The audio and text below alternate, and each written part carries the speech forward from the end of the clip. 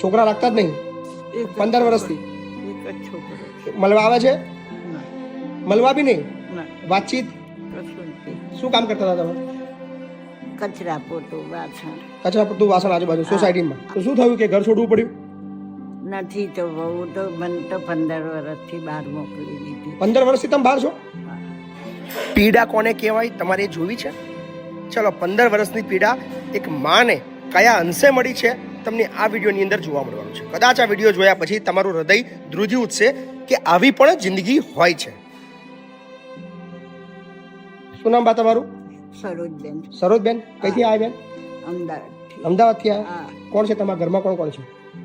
છોકરો છે, વહુ છે અને એક છોકરીનો છોકરો છે. તો શું થયું કે ઘર છોડવું પડ્યું? નથી તો બહુ તો મને તો 15 વર્ષથી બહાર મોકલી દીધી. 15 વર્ષથી તમે બહાર છો? હા. અત્યારે લગી ક્યાં રહેતા હતા? સોસાયટીમાં એક રૂમ હતી ને રબારીને એના બહાર. રબારીની ત્યાં ભાડે રહેતા હતા? હા. એકલા? એટલે 15 વર્ષથી? હા, ઓ બાપા. તો જમવાનું કામ કરતી હતી ને. ત્યાં કામ કરતા હતા? હા, કામ કરું ને ઘરે આવી અને 2 રોટલી કરવી એટલે 4 રોટલી ભેગી કરું, 2 સવારે ને 2 બે સવાર બી ચાલે, હાજી બી ચાલે. બ્રાહ્મણ હતી ને. બપોરે બપોરે જમી લઉં, ઘેર આવીને 2 રોટલી ને 2 રોટલી સાંજે. શું કામ કરતા હતા તમે?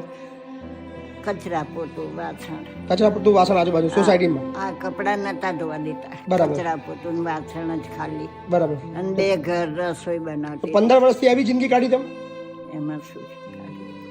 15 વર્ષથી આવી રીતે જિંદગી જીવ્યા? એમાં શું છે?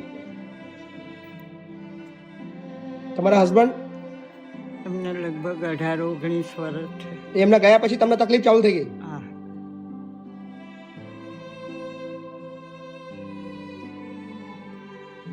છોકરા રાખતા જ નહીં?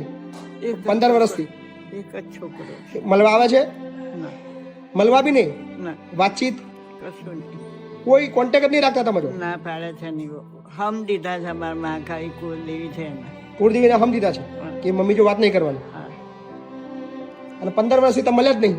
આમ ક્યાંક રસ્તામાં કદાચ ત્યાં મળી જાય જઈએ. પણ વાતચીત નહીં? ના, આમ આમાં માત કરે કારણ કે પેલી હમ દીધા અમાર કુલ દેવી છે માં કાળી. કુળદેવીને હમ દીધી દીધા કે વાતચીત નહીં કરવાની મમ્મી જોડે? હા. એટલે તમે બી નહીં કરતા? એ ના કરે એટલે માથી ના કરે. બરાબર. શું નામ તમારું કીધું? સરોજબેન. સરોજબેન.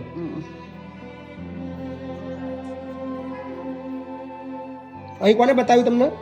અહીં આગળ કોને બતાવ્યું? મીનાબેન. મીનાબેને બતાવ્યું? હા, મીનાબેને ભરતસિંહને ફોન કર્યો. બરાબર. ભરતસિંહે બતાવ્યું. બરાબર.